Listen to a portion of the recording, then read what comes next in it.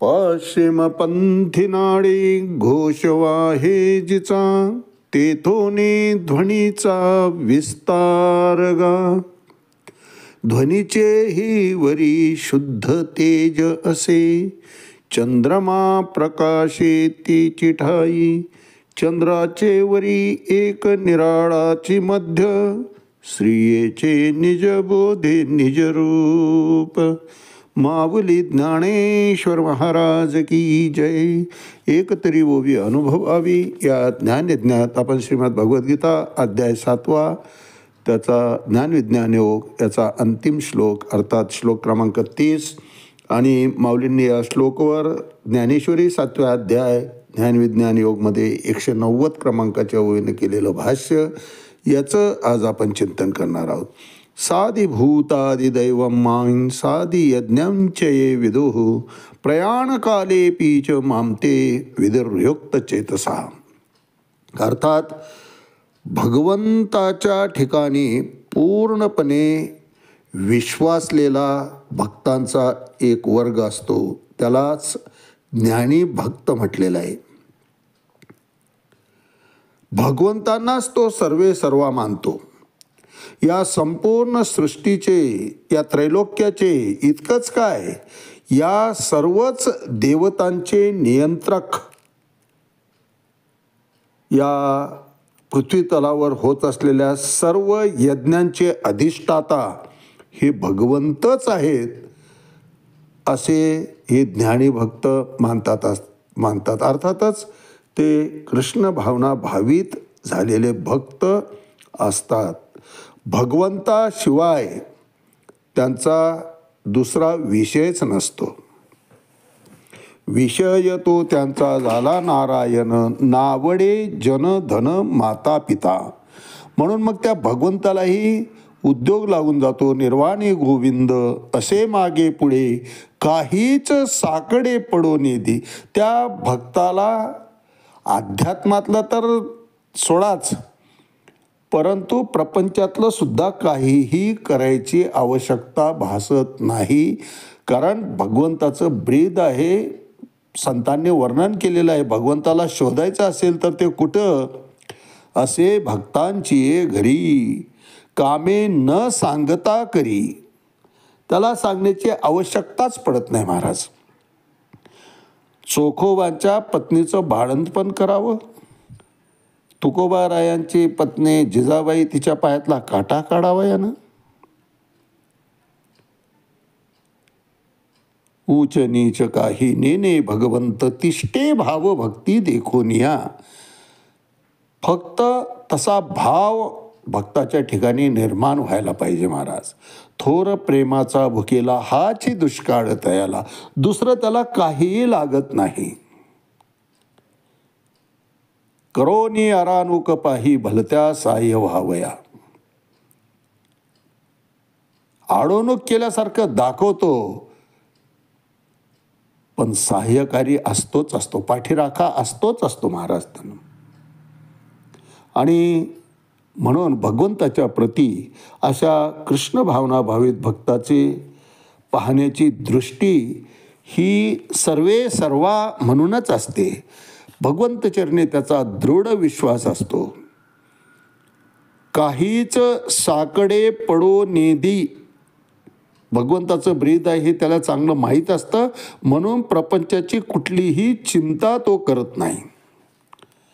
त्याच्याच ठिकाणी संपूर्ण आयुष्य वाहून घेतलेलं असल्यामुळं प्रापंचिक कर्तव्य ते सहजपणे पार पाडता येतील अशी परिस्थिती तो भक्तांच्या ठिकाणी सहज निर्माण करून जातो. कारण भगवंताशिवाय त्याचा दुसरा विषयच नसतो महाराज. काय झालं म्हणे, दुर्वासा ऋषी भगवंत त्यांना गुरुस्थानी मानायचे. समोरून महर्षी नारद येताना दिसल्याने दुर्वासांनी विचारलं, म्हणले महर्षी आज अतिशय आनंदी दिसताय. म्हणले कारणच तसं आहे. म्हणे काय झालं सांगा तरी. म्हणले काय नाही हो, राधा राणीच्या घरून आलो म्हणे. मग त्यात आनंदासारखं काय आहे, आणि ती राधा कारण राधेच्या प्रती दुर्वासांची पाहण्याची दृष्टी ही वेगळीच होती महाराज. त्यांना खूप राग यायचा राधाचा. ते म्हणले, नारद म्हणतात, महर्षी तुम्ही एकदा अनुभव तर घेऊन बघा, राधेचा इतका तिटकारा करू नका, तुम्ही एकदा तिची भेट तर घेऊन बघा, म्हणजे मग आनंद का होतो हे तुम्हाला कळेल. कारण आनंद का झाला हा सांगण्याचा विषयच नाही, तो अनुभूतीचा विषय आहे. म्हणले असं काय आहे तिच्या दर्शनामध्ये? म्हटले घेऊन बघा एकदा. शेवटी तावातावात दुर्वासा राधाराणीच्या महालाकडे जातात. दुर्वासा आधीच कोपिष्ट, राधेला चांगलं माहिती असतं महाराज. दुर्वासांना पाहिल्याबरोबर राधाराणी बाहेर पाट देते, गरम पाण्याची बादली भरून आणते. पादक्षालन करायला गरम पाणी ओतणार तोपर्यंत दूर हो म्हणतात तर दुर्वासा, शिव नकोस मला.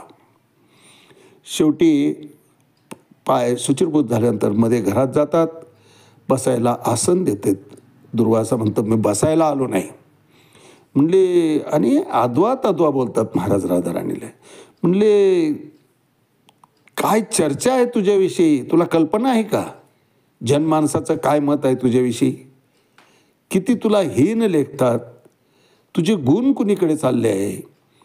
भगवंताला 8 राण्या असताना तू त्यांच्या प्रपंचामध्ये मिठाचा खडा का हो पाहते आहे? राधाराणी फक्त हसते. म्हणले एक सांगू का महर्षी, लोक काय म्हणतायत हा माझा विषयच नाही. कारण या कानांना सदैव मधुर बासरीचा स्वर ऐकण्याची सवय झाली आहे. त्या स्वरामध्येच हे मंत्रमुग्ध असतात. या डोळ्यांना त्या भगवंताचं रूप पाहण्याची सवय लागलेली आहे. त्या रूपाशिवाय दुसरं काहीही या डोळ्यांना दिसत नाही. कान बासरी ऐकतायत, डोळे भगवंताचं रूप पाहत आहे, मन त्याच्या ठिकाणीच लागलेलं आहे, जीव त्याच्या चरणी लीन झालेला आहे. तुकोबाराय सुद्धा वर्णन करतात ना, तुम्ही घ्या रे डोळे सुख पाहा विठोबाचे मुख, तुम्ही ऐका रे कान माझ्या विठोबाचे गुण, मना तेथे धाव घेई राहे विठोबाचे पायी, तुका म्हणे जीवा नको सोडूया केशवा. राधाराणीची अवस्था ही अशी झालेली आहे.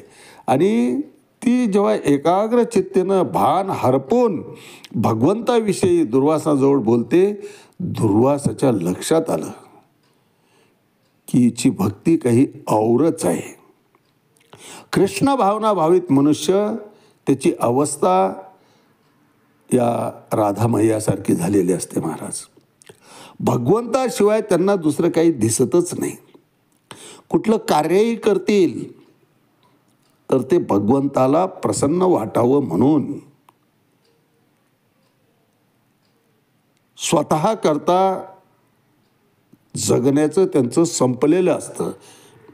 भगवंत कळाला त्या क्षणापासून भगवंताच्या कार्यामध्येच ते मग्न असतात.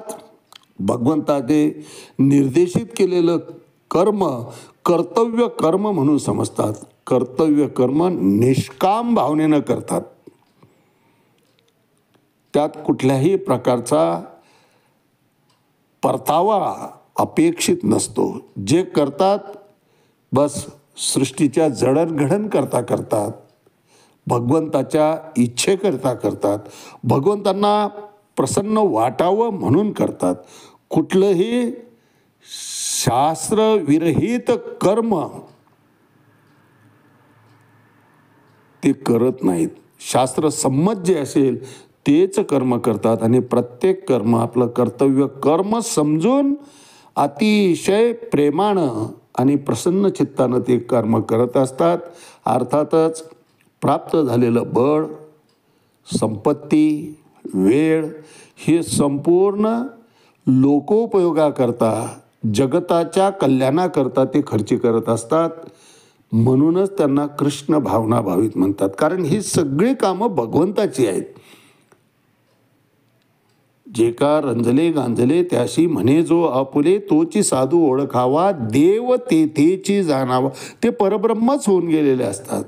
ज्ञानाग्नीची नेमुखे जेणे जाडली कर्म अशेके तो परब्रह्मची मनुष्य वेखे ओळखतो. परब्रह्माशिवाय ब्रह्मतत्वाशिवाय दुसरी उपमा त्याला देताच येत नाही. तो परब्रह्मची मनुष्य वेखे ओळखतो माऊली तर म्हणतात. भगवंत अर्जुनाला सांगतायत की तोच परब्रह्म होऊन जातो. अशा या कृष्ण भावना भावित भक्ताविषयी या त्याच्या अवस्था ही प्रत्येक क्षण भगवंताचं नाम रूप आणि चिंतनामध्ये त्याचा जात असतो. आणि म्हणूनच अर्थात अंतसमयी अंतिम श्वासाच्या वेळेसही त्याच्या चित्तामध्ये भगवंतच असतो. त्याच्या मुखामध्ये भगवंत नामच असतं. डोळ्यांमध्ये भगवंताचं रूपच सामावलेलं असतं. त्या रूपाशी एकरूपता साधूनच तो या जगताचा निरोप घेत असतो. प्रयाण काले पीच मामते विदुरयुक्त चेतसा. अंतसमयी अर्जुना ते माझंच नाम घेतात आणि साहजिकच त्याला मोक्ष मिळतो. स्वर्गाचा तर प्रश्नच येत नाही. स्वर्ग त्यांच्याकरता तुच्छ असतं. पुन्हा जन्म मरण नाही. यद्गत्वान निवर्तन्ते तद्धाम परमं मम. त्या ठिकाणी एकदा गेलं की तिथून परत येण्याची आवश्यकताच पडत नाही. अशा या मोक्ष सदनी माझ्या धामाप्रती अशा भक्ताला मी प्रमोट करत असतो, प्रगत करत असतो. यावर भाष्य करताना माऊली 190 क्रमांकाची अध्याय 7 ज्ञानेश्वरी यावर भाष्य करताना म्हणतात की तिया सुखसंपत्ती जोडलिया मग स्वर्गा वाती वाकुलिया हृदयाच्या जीवी गुंतलिया होत आहाती. अर्थात अशा रीतीनं या सुखसंपत्तीच्या लाभामुळं भगवंत जो काही उपदेश करतो आहे त्या उपदेशाचे जे शब्द आहेत ते अमृततुल्य शब्द अर्जुन आपल्या कानामध्ये आपल्या अंतःकरणामध्ये साठवतो आहे. तो ऐकण्यात इतका गर्क झालेला आहे की सर्व सुख भोगणाऱ्यासही वेळ तो वाकड्या दाखवतो आहे म्हणे. वाकुलिया ब्रह्मादिका तुकोबाराय वर्णन करतात की आम्हाला जे मिळालं आहे ते तुम्हाला मिळालं नाही. काल्याच्या अभंगामध्ये वाकुलिया ब्रह्मादिका उत्तम लोका दाखवू तुकोबाराय म्हणतात की इतकं भाग्य आम्हाला लाभलं आहे. ते भाग्य अर्जुनाला लाभलेलं आहे. आणि त्यामुळं स्वर्गसुख म्हणणाऱ्या लोकांनाही अर्जुन वाकुळ्या दाखवतो आहे. इतका या उपदेशरूपी अमृत शब्द अर्जुन प्राशन करतो आहे. या स्वर्गसुखात भोगणाऱ्याला सुद्धा तुच्छ मानू लागला आहे. अर्जुनाच्या अंतःकरणाच्या आत आनंदाच्या इतक्या गुदगुल्या होऊ लागल्या आहेत महाराज की त्याला बाकी संपूर्ण त्रैलोक्यही तुच्छ वाटतो आहे. इतक्या उच्च स्थानी तो स्वतःला आता समजतो आहे. इतकं हित त्यानं साधलेलं आहे. यच्छ्रेयस्यान् निशितं ब्रूहि तन्मे. आणि तसंच भगवंताने हितकारक सगळे उपदेश केल्यामुळं अर्जुन प्रसन्न आहे. आपल्या आवडीचा विषय जर वक्त्याच्या मुखातून ऐकायला मिळत असेल तर जसं श्रवण करताना आपल्याला आनंद होतो ते तर प्रत्यक्ष परमात्म्याचे शब्द होते महाराज. आणि श्रवण करणारा अर्जुन होता. किती एकाग्रेनं ऐकत होता. त्याचं चिंतन आपण केलं की कुरुक्षेत्राचं मोठमोठे वीर वाद्य वाजतायत, मोठमोठे शंखनाद होतो आहे आणि त्या गोंगाटामध्ये अर्जुनानं भगवंताचा उपदेश ऐकला आहे महाराज. आणि त्या उपदेशानं अर्जुन कृतकृत्य झालेला आहे, कृतार्थ झालेला आहे. आज याच ठिकाणी थांबूया. रामकृष्ण हरी. पुंडलिक वरदा हरी विठ्ठल. श्री ज्ञानदेव तुकाराम. पंढरीनाथ भगवान की जय. माऊली ज्ञानेश्वर महाराज की जय. जगद्गुरु तुकाराम महाराज की जय. शांती ब्रह्म एकनाथ महाराज की जय. आदि शक्ती मुक्ताबाई की जय.